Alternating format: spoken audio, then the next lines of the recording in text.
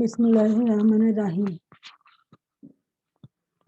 বিশ্বব্যাপী করোনা পরিস্থিতির কারণে স্বাভাবিক শিক্ষা কার্যক্রম পরিচালনা করা সম্ভব হচ্ছে না বিধায় স্বাস্থ্যবিধি মেনে শিক্ষার্থীদের উপকারের জন্য শিক্ষা মন্ত্রণালয়ের নির্দেশ মোতাবেক দৌলতপুর কলেজ দিবানুশের সুযোগ্য অধ্যক্ষ এএসএম আনিসুর রহমান স্যারের সার্বিক তত্ত্বাবধানে অনলাইন ক্লাসের আয়োজন করা হয়েছে। আজকের অনলাইন ক্লাসে সবাইকে স্বাগতম। আমি শারমিন জামান, প্রভাষক, সমাজকর্ম বিভাগ, দৌলতপুর কলেজ দিবানুশ, দৌলতপুর, খুলনা। আজকের পাঠ পরিচিতি। শ্রেণী একাদশ, বিষয় সমাজকর্ম, দ্বিতীয় পত্র, অধ্যায় তৃতীয়, সামাজিক সমস্যার সমাধানে সমাজকর্মের অনুশীলন। আজকে আলোচ্য বিষয় বেকারত্ব ও বেকারত্বের প্রভাব।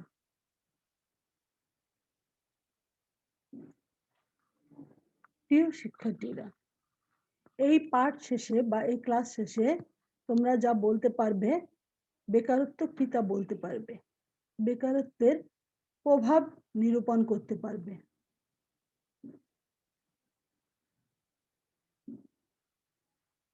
বেকারত্ব আসলে কি? সাধারণত কর্মহীন লোককে বেকার বলা হয়। তার এই অবস্থাটাকে বেকারত্ব বলে, মানে যে কর্মহীন সে হচ্ছে বেকার, আর তার এই পরিস্থিতিটাই হচ্ছে বেকারত্ব। যদি আমরা ব্যাপকভাবে এই কথাটি বলি, কাজ করার সামর্থ্য আছে, ইচ্ছাও আছে, কিন্তু প্রচলিত মজুরিতে কাজ পায় না বা কাজের অভাব, তখন এই অবস্থাকে বেকারত্ব বলে। পঙ্গু, অসুস্থ, বৃদ্ধ, শিশু ব্যক্তিরা শারীরিক ও মানসিকভাবে কাজ করতে অক্ষম, তাই তাদেরকে আমরা বেকার বলা যাবে না। অসুস্থ, বৃদ্ধ, পঙ্গু, শিশু যারা, তাদেরকে শারীরিক ও মানসিকভাবে তারা কাজ করতে সক্ষম নয় বলেই তাদেরকে বেকার বলা যাবে না। বেকারত্ব সম্পর্কে সমাজকর্ম অভিধানে বলা হয়েছে, বেকারত্ব হলো এমন একটি কর্মহীন অবস্থা, যেই অবস্থায় কর্মক্ষম ব্যক্তি নিজের প্রয়োজনীয় অর্থনৈতিক চাহিদা স্বাধীনভাবে পূরণ করতে অক্ষম। এই সংজ্ঞাটি যা বলা হয়েছে, বেকারত্ব হলো একটি কর্মহীন অবস্থা, যে অবস্থায় কর্মক্ষম ব্যক্তি নিজের প্রয়োজনীয় অর্থনৈতিক চাহিদা স্বাধীনভাবে পূরণ করতে পারে না বা সামর্থ্য হয় না, এজন্যই তাকে বেকারত্ব বলা হয়। অর্থনীতিবিদ অধ্যাপক এসি পিগু এর মতে, যখন কর্মক্ষম লোকেরা যোগ্যতা অনুসারে প্রচলিত মজুরির ভিত্তিতে কাজ করতে চায় না অথবা কাজ পায় না, তখন সেই অবস্থায়কেই বেকারত্ব বলা হয়।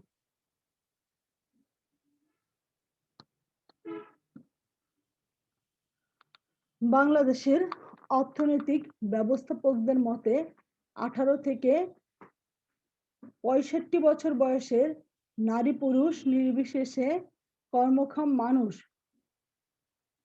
ছুটি বাদে প্রতিদিন 8 ঘন্টার কম কাজ করলে তাকে বেকার, অর্ধ বেকার বা ছদ্ম বেকার বলে।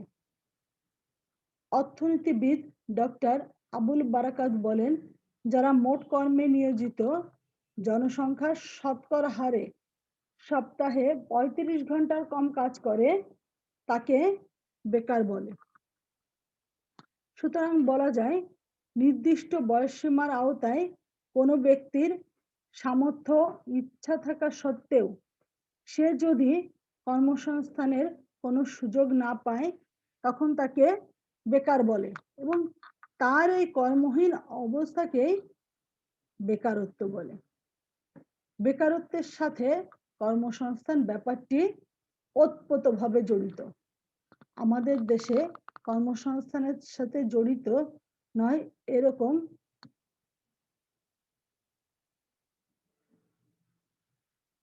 বিষয় আসলে বেকারত্ব নয়। বাংলাদেশের বেকারত্বের প্রভাব নিম্নে বর্ণনা করা হলো। অর্থনৈতিক প্রভাব, এই প্রভাবগুলো বিভিন্ন দিক থেকে হতে পারে।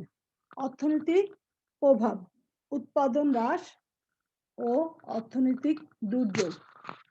দেশে বেকারত্ব বৃদ্ধি পেলে উৎপাদন ক্ষমতা হ্রাস পায়। উৎপাদন ক্ষমতা হ্রাস পাওয়ার ফলে চাহিদা মেটানো সম্ভব হয় না। এটা আমরা খুব সহজেই বুঝতে পারি।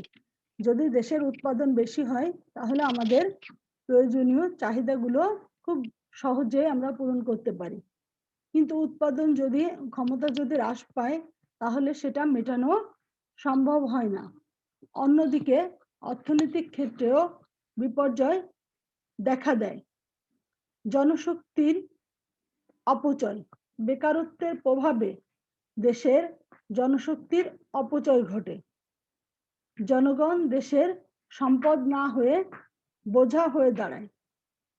জনশক্তিকে কাজে যদি লাগানো যায় তাহলে বেকারত্ব তীব্র আকার ধারণ করে। নির্ভরশীলতা, দেশে নির্ভরশীলতার হার বেড়ে গেছে ব্যাপকভাবে। অলস ও ঘর কোনো মানুষের সংখ্যা বেড়ে যায়। মানুষ কাজ করতে চায় না। একজনের উপর 10 জন নির্ভরশীল হয়ে পড়ে। এটি দেশের নেতিবাচক দিক।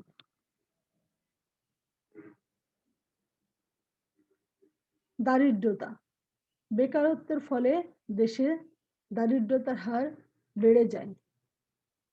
বেকারত্বের প্রভাবেই বাংলাদেশে পৃথিবীর অন্যতম দরিদ্র দেশ হিসেবে বিবেচিত। বেকার লোক তার চাহিদা মেটাতে ব্যর্থ হয়ে মানবেতর জীবনযাপন করে। সামাজিক প্রভাব, জীবনযাত্রার নিম্নমান। বেকারদের জীবনযাত্রার মান নিম্নমানের হওয়ায় তাদের আয় রোজগার নেই। সেহেতু জীবনযাপন হয় তাদের কষ্টের। তাই নিম্ন জীবনমান বেকারত্বের প্রভাবই হয়। সামাজিক বিশৃঙ্খলা, বেকারত্ব সামাজিক বিশৃঙ্খলা সৃষ্টিতে সহায়ক ভূমিকা পালন করে। যে সমাজে বেকারত্ব যত বেশি সেই সমাজে সামাজিক বিশৃঙ্খলাও তত বেশি। বাংলাদেশের জন্য এটি সমভাবে প্রযোজ্য, যার ফলে আমাদের সমাজে বিশৃঙ্খলা লেগেই আছে। অপরাধ প্রবণতা, বেকারত্ব বৃদ্ধি পেলে সমাজে অপরাধ প্রবণতা বেড়ে যায়। বেকার লোকজন তাদের চাহিদা মেটাতে পারে না, খুব প্রয়োজনীয় চাহিদাও অনেক সময় মেটাতে পারে না। ফলে তারা ছিনতাই, চাঁদাবাজি, রাহাজানি প্রভৃতি কাজে লিপ্ত হয়।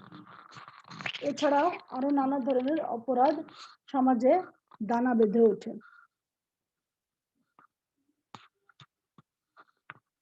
ভিক্ষাবৃত্তি, ভিক্ষাবৃত্তি একটি অমর্যাদাকর বৃত্তি। এ সমস্যা বেকারত্বের ফলশ্রুতিতে হয়। নিরক্ষর ও দরিদ্র শ্রেণী কাজ না পেয়ে সহজে এ পেশায় জড়িয়ে পড়ে। বাঁচার তাগিদে তারা ভিক্ষা করে, অথচ ভিক্ষাবৃত্তি একটি সামাজিক সমস্যা। মনস্তাত্ত্বিক প্রভাব, হতাশা ও হীনমন্যতা, বেকারত্বের প্রভাবে সৃষ্টি এটি একটি মানসিক সমস্যা। কাজ না পেয়ে বেকারদের মধ্যে একটি বেদনাদায়ক অবস্থার সৃষ্টি হয়। এটি একটি পীড়াদায়ক অবস্থা। এর ফলে মানুষ হীনমন্যতায় ভোগে।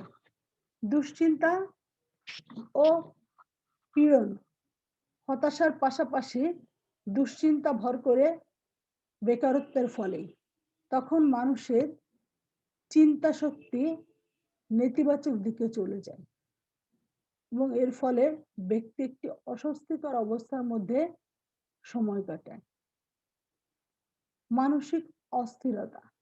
আমাদের দেশে বেকারদের সবাই মানসিক অস্থিরতায় ভোগে। তারা ভবিষ্যতের চিন্তায় নিজেকে বিলিয়ে দেয়, কিন্তু বাস্তবে কাজ না পাওয়ার ফলে আরো নানাবিধ সমস্যা দেখা দেয়।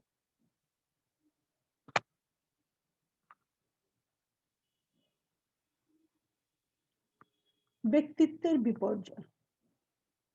বেকার লোকেরা নিজেদের ব্যক্তিত্ব বজায় রাখতে পারে না।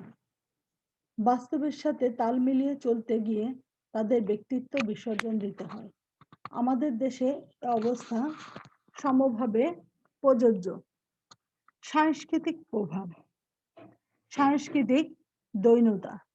বেকারত্বের ফলে সমাজে সাংস্কৃতিক দৈন্যতার সৃষ্টি হয়। সাংস্কৃতিক ক্ষেত্রের এই বিপর্যয় সমাজে নানাবিধ সমস্যার সৃষ্টি করে। সাংস্কৃতিক জগতে দেখা দেয় দুর্বলতা। অনেক সময় এ কারণে মানুষ হতাশ জীবনযাপন করে। সাংস্কৃতিক দ্বন্দ্ব। সমাজে সাংস্কৃতিক দ্বন্দ্ব বেকারত্বের ফলশ্রুতি, যা সমাজে নানাবিধ সমস্যার জন্ম দিয়ে থাকে। নৈতিক অধঃপতন। বেকারত্বের প্রভাবে মানুষের নৈতিক অধঃপতন ঘটে। বেকার জনগণ তাদের চাহিদা মেটাতে গিয়ে নৈতিক স্খলন ঘটায়। তাদের সততা বজায় রাখতে পারে না। মূল্যবোধের ভাঙন। মূল্যবোধের বিপর্যয়ে বেকারত্বের প্রভাবকে অস্বীকার করা যায় না। আমাদের দেশের সামাজিক অবক্ষয়ের পিছনে বেকারত্ব অনেকাংশ দায়ী।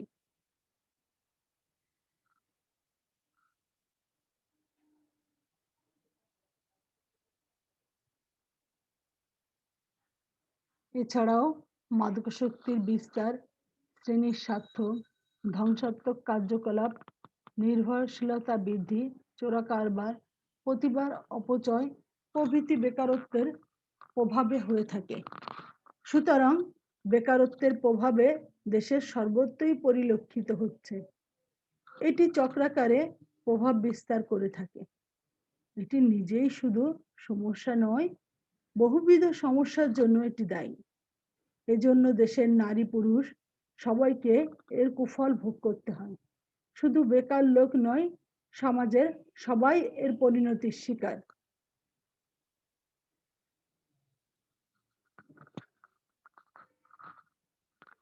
প্রিয় শিক্ষার্থীবৃন্দ, আমরা আজকে যে বেকারত্বের যে পার্টি দেখলাম, এটি হচ্ছে দ্বিতীয় অংশ। বেকারত্বের প্রথম যে অংশটি বেকারত্বের কারণ, এবং দ্বিতীয় অংশটিতে ক্লাস নেওয়া হয়েছে বেকারত্ব কি এবং বেকারত্বের প্রভাবের উপর। তোমরা এই বিষয়টি অনলাইন ক্লাসটি যদি মনোযোগ সহকারে দেখো, তাহলে তোমরা অবশ্যই বেকার এবং বেকারত্বের কারণ, প্রভাব সকল কিছু খুব সহজেই বুঝতে পারবে। এছাড়া বিভিন্ন খুব প্রয়োজনীয় যে সামাজিক সমস্যাগুলো, মাদকাসক্তি, জনসংখ্যাস্ফীতি, তারপর বাল্যবিবাহ, অটিজম, এই অটিজমের মতন সামাজিক সমস্যা সম্পর্কেও অনলাইনে ক্লাস দেওয়া আছে। তোমরা যদি কেউ দেখে না থাকো, তারা এখানে সার্চ করে দেখে নিতে পারবে। তোমরা এই যে সামাজিক সমস্যা, এই সমস্যাগুলো অবশ্যই খুব সহজেই বুঝতে পারবে। এজন্য এই ক্লাসগুলো মনোযোগ সহকারে দেখে তোমরা তোমাদের সিলেবাসের বিষয়গুলো বাসায় বসেই কমপ্লিট করার চেষ্টা করবা। কারণ আমাদের এই যে উদ্যোগটা সফল হবে না যদি তোমরা নিজেরা এই বিষয়গুলো ভালোভাবে বোঝার চেষ্টা না করো। তোমাদের জন্য যে শিক্ষা মন্ত্রণালয় থেকে এবং কলেজ অধ্যক্ষ যে ব্যবস্থাটা করেছেন, যে অনলাইন ক্লাসের আয়োজন করেছে, এই অনলাইন ক্লাসে প্রতিটা প্রয়োজনীয় ক্লাসই দেওয়া আছে। তোমরা যে ক্লাসটি দেখতে চাও সেই ক্লাসটি ইচ্ছা করলে এই আইডিতে দেখতে পারবে। এজন্য তোমাদের আশা করি যে আমাদের যে বর্তমান যে পরিস্থিতিতে আমরা অসুবিধার মধ্যে দিন কাটাচ্ছি, সেটার জন্য তোমাদের খুব সমস্যা হওয়ার কথা না।